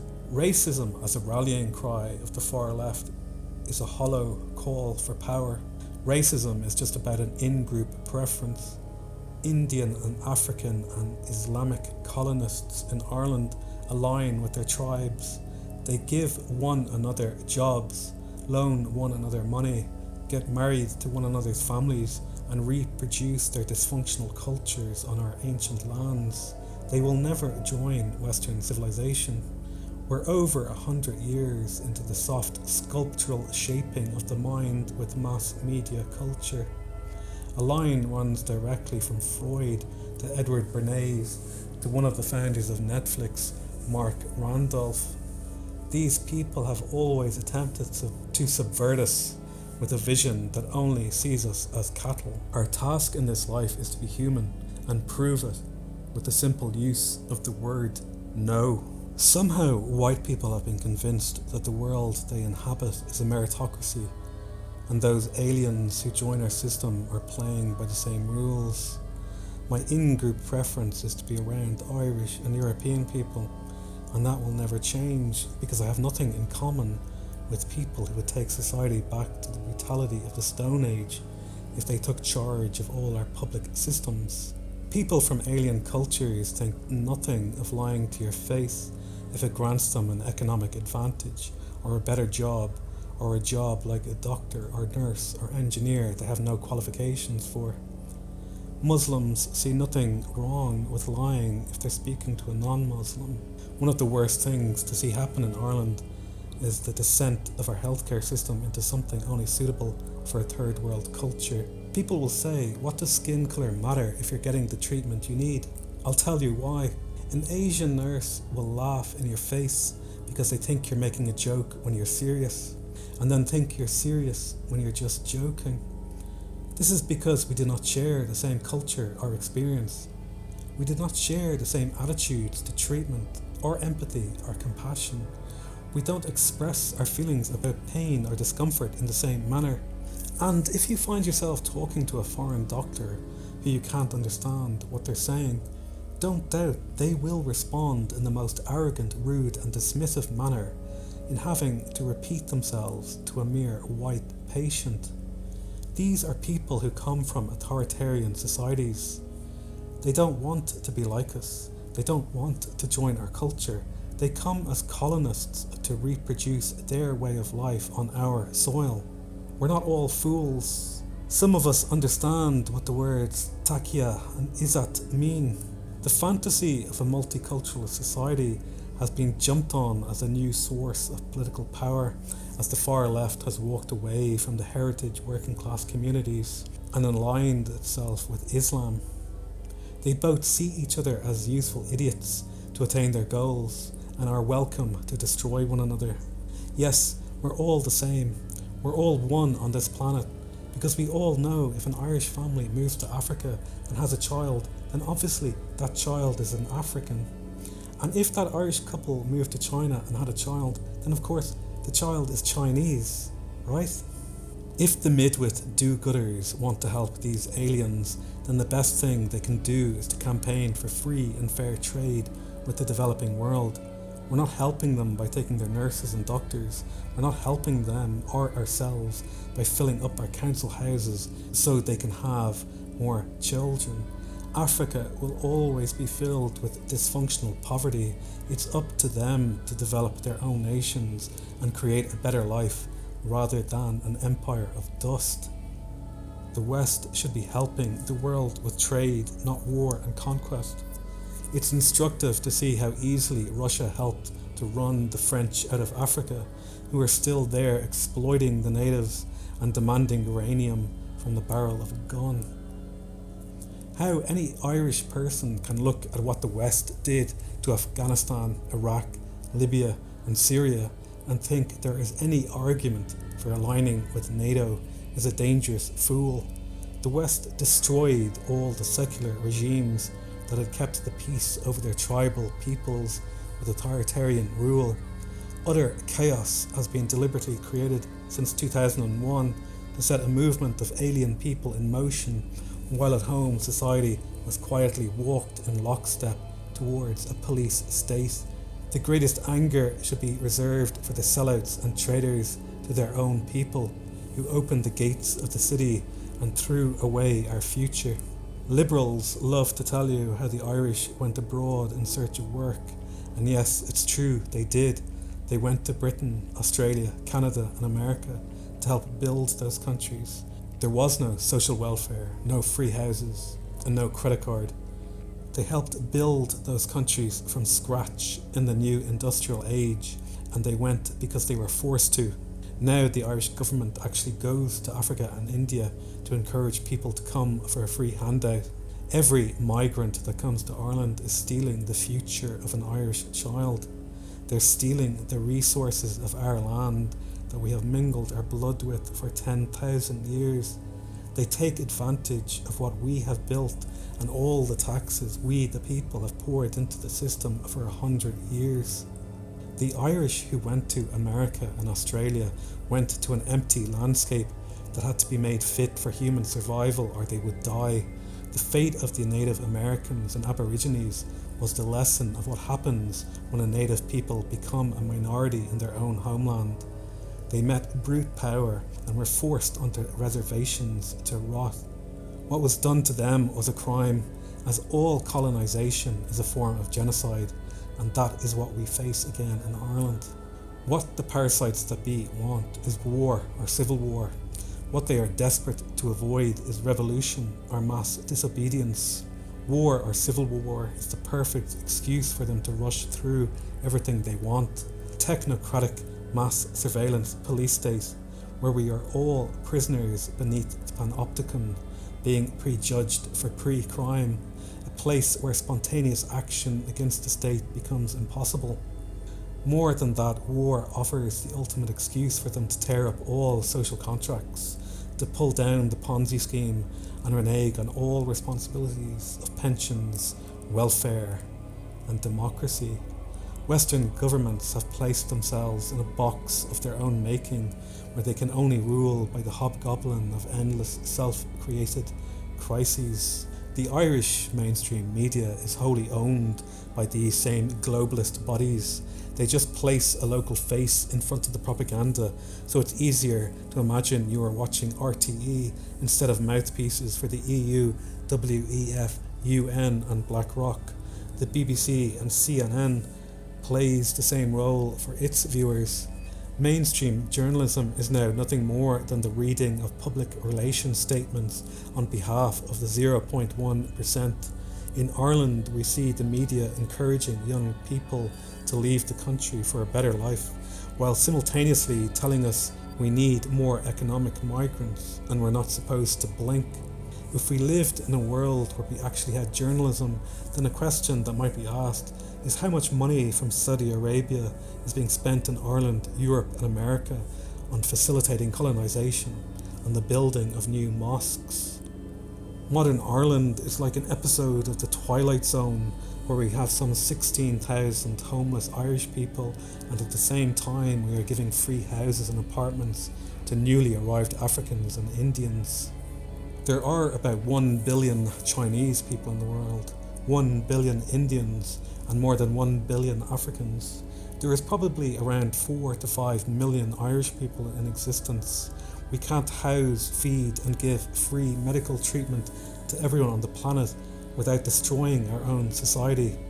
It's fascinating to see members of the Israeli government proclaiming that there are only some 15 million Israelis in existence, and they must do whatever is necessary to ensure their survival.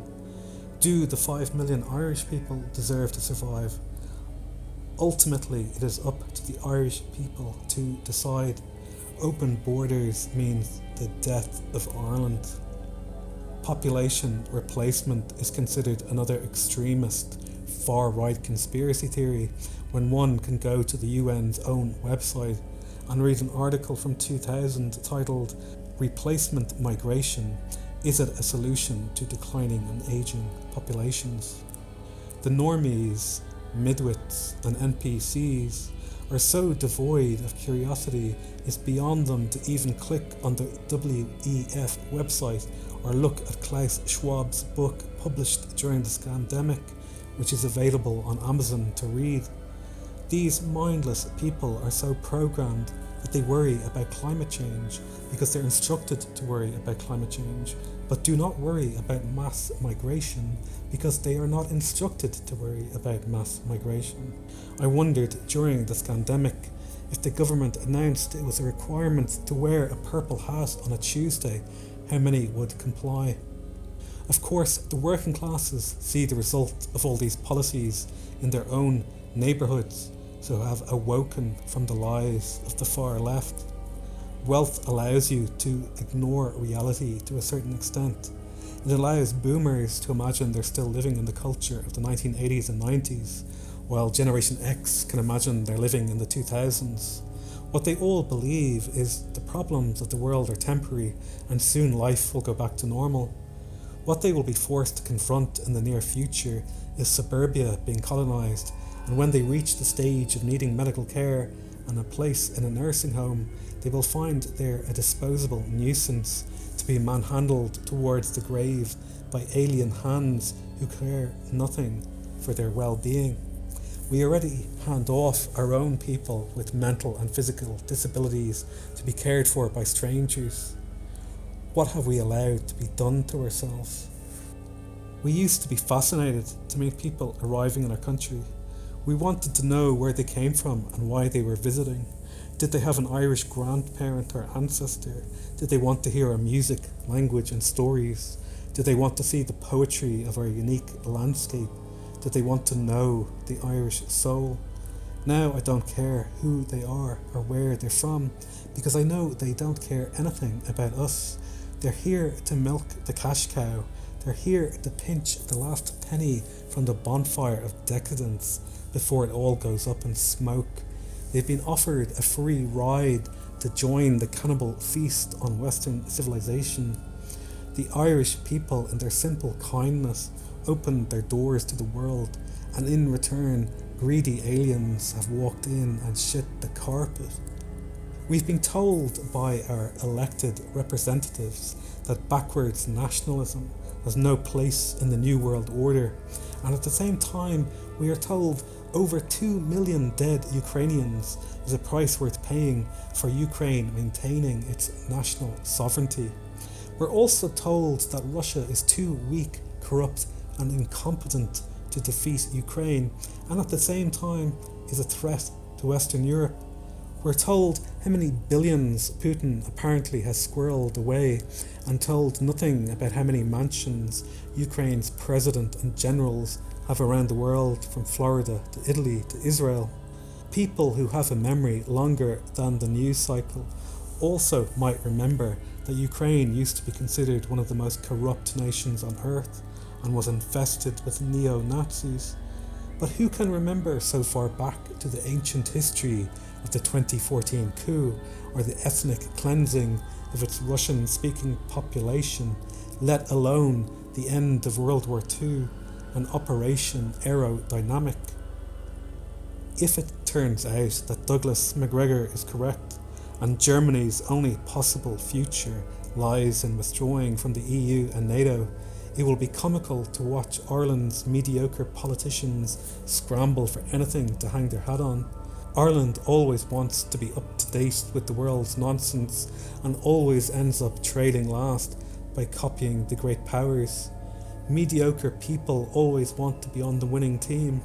It's always the dullest person who supports Manchester United. It's always the most boring person whose favourite band is the Beatles. They're not interested in exploring their own self in interaction with the world's art, music, history and culture. They only want to be surrounded by the masses, to feel safe in the herd, and perhaps in our tribal past That instinct kept people alive in dangerous circumstances. But that instinct now is wholly exploited and manipulated by evil, which has studied the human condition since the time of the pharaohs. They know you better than you know yourself. You just have to decide if your eternal soul is worth more than a free donut. During the scandemic, it was clear that the level of mainstream cultural understanding in Ireland was that of something akin to a primary school, and we viewed our politicians as though they were school teachers and substitute parents. People had somehow given over their superego to the government, which consisted of the most corrupt, inept and mediocre people who lived on this island. In the modern world, no intelligent or creative person would ever consider getting involved in politics, as they know the job consists of doing nothing but saying yes to the EU, the WEF, NATO and the UN. All that is required now is to agree wholeheartedly to the agenda to advance up the career ladder of politics, with the hope of a cushy job in the EU or WF or UN at the end. There are no more great statesmen in the modern world because there's nothing to debate. There's no vision to offer. There is no great struggle for them to overcome. There is only the implementation of a post-human society to achieve at any cost to organic life on this planet. Everything in Ireland has become about the collective being managed by the local apparatchik. You don't see people picking up rubbish without a yellow vest, or anyone developing an arts project without collaboration with the county councils and EU funding. It's never occurred to me to seek anything from the state to make art or music or literature. I always thought the artist was in opposition to the collective. The point was always to look at what no one noticed. There is no art without free speech, but we don't have artists in modern Ireland. We only have grifters making propaganda and giving their creative energy to the state and the super states and narratives. Children now face a barrage of unending propaganda in all aspects of life that people over 40 can barely imagine. The point is to break the connection with the past. The point is to make them distant from their own families. They are programmed to be confused and self-hating as they become a minority in their own homeland. One of the most disturbing features of human beings is how extraordinarily adaptable they are. A new generation is being engineered to think that a modern urban transnational metrosexual life is their culture, and anyone who isn't a part of that is old-fashioned, hateful and regressive. If aliens came down from space and removed all the adults in the world and taught the Earth's children a new way of life, in 20 years everything of the old world would be forgotten. All I can attempt to explain to those younger than me is that they are being groomed to be citizens of the Empire. You know, like the one that featured Darth Vader. They are evil people colonizing your mind with lies and hate. It's just that now Vader and the Emperor wave rainbow flags. In the 90s, there were no foreign black and tan security guards on our buses or trains because we didn't need them. What could have possibly changed since then to make public transport so dangerous? The more low trust and incoherent the society becomes, the more authoritarian control is needed to make it coherent. To step outside your door is to be greeted by a sea of strangers' faces and the constant babbling of incomprehensible foreign tongues, all of them speaking on their phones with the loudspeaker set to maximum volume. I've always thought that the louder someone speaks, the stupider they are. We used to be able to respect one another's space, but now we live on a very crowded island where it's impossible not to notice the rapid change.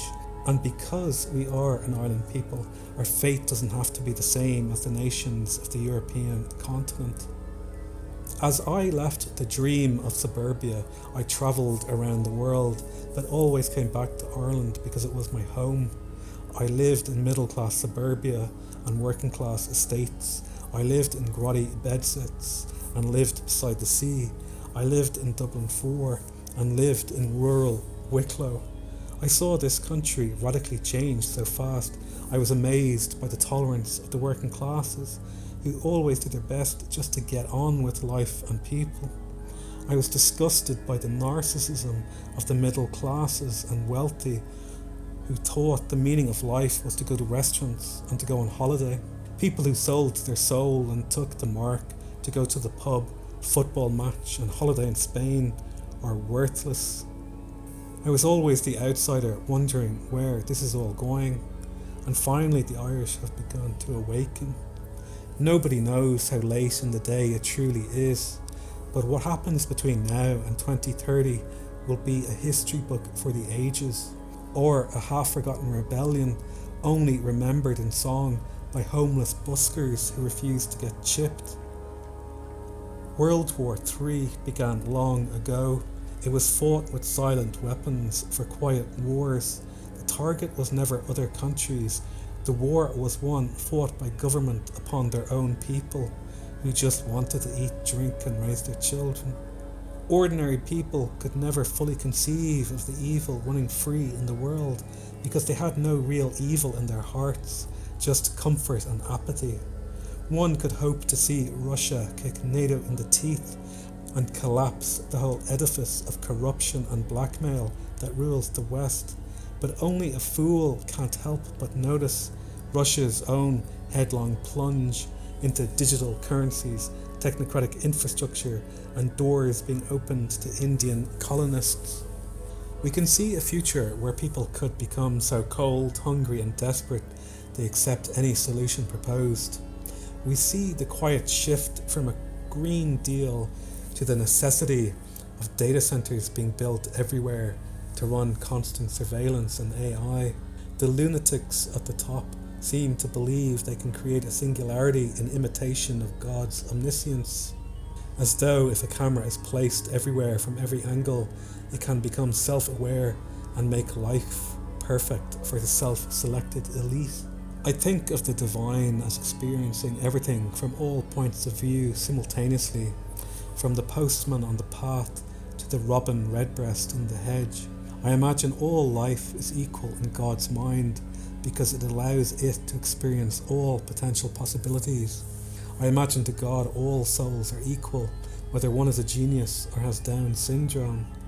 They are inhabited with the living, divine force which animates all life. In the natural world, of course, all life isn't equal. One person or animal is always stronger or faster than another. One animal is a predator and another is prey, and God can only understand the infinite by life being compressed into the temporal. We come here in the extreme vulnerability of our meat suit and pass through the world to be recycled again and again until we wake up and remember who we are, a part of God with the kingdom of heaven within. The parasites that be are those former humans who have turned their back on God out of spite and jealousy and would rather condemn us all to a living hell so they may rule the ruins instead of joining the human family. They are deranged psychopaths and lunatics who believe they can cheat life and nature, become immortal in machines, and remove the gift of God's free will, which is the birthright of every man and woman who awakens to who they are. They imagine a world where the tree of life is cut down and inverted in the earth so we may devolve down into the pit, becoming heavier and more mechanical and mineral based. Our spiritual ascent is always to become lighter and leave behind the physical limits of this world. It is not to be entwined with technology.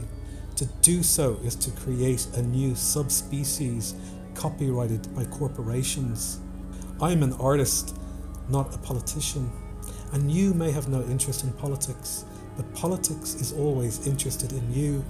I can't help but notice my home is being destroyed, so can't just sleep in silence. To be born in Ireland is a unique gift in this material world. We're always part of a long lineage told in the book of life that is our DNA. The uniqueness of all indigenous people is being deliberately destroyed to create the bland, submissive servant drones of the future. But I remembered I came from a long line of warriors, not slaves. I'd grown up in the suffocating simulacrum of suburbia that seemed detached from all history and culture, where all we knew was piped into the TV and radio.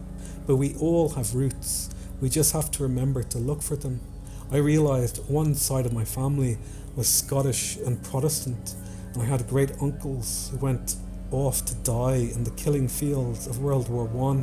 They fought on behalf of the Empire because I presume they believed it was a just cause. The other side of my family was Irish and Catholic and lived in the tenement halls of Dublin City. My great-grandfather was there that Easter morning in 1916, and my grandfather followed on in the Republican cause before it was hijacked by Marxist criminals. They were ordinary men living through history who did the impossible and took on the British Empire and won. All the generations that followed became soft in the comfort of the belief that history had ended, and all that life meant was to be a consumer attempting to satiate their endless desires inside the hole left in their soul. We've raised several generations of domesticated lambs to live in a gated touchscreen Wall-E world, and now we've invited in a generation of high testosterone foreign wolves to share the same space. Our liberal children are told to share their rainbow world with people who behead gay people because they are taught to distrust their own perception of reality.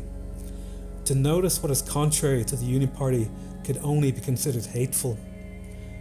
We'll probably see our politicians present the pre-planned solution of digital IDs and the promise of deporting foreign criminals. The middle-class midwits will be able to go back to sleep as they watch a few plane loads leave and the legal immigration continue unabated. Now we all have to make the effort of awakening from the dream, or go back into the long, silent, dark night of history where the only remains of the Irish to be remembered will be an exhibit in Dublin Zoo. All politics, whether left or right, attract grifters, chancers and psychopaths. The emotion of the crowd attracts those seeking power and attention for their own ends. We don't need more leaders, and organisations are always infiltrated. The state can ignore 1,000 people peacefully protesting outside a migrant camp. They can't ignore 100,000 people protesting, and 1 million people would take down the whole system in a day, like we have all seen happen so rapidly in Sri Lanka and Nepal. They endlessly divide us in their total terror of the people realising their power. We don't need any violence, we just need to withdraw our consent.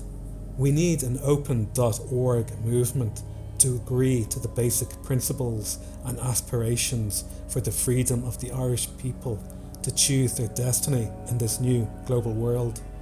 We need to have a conversation regardless of anybody's religious or spiritual beliefs.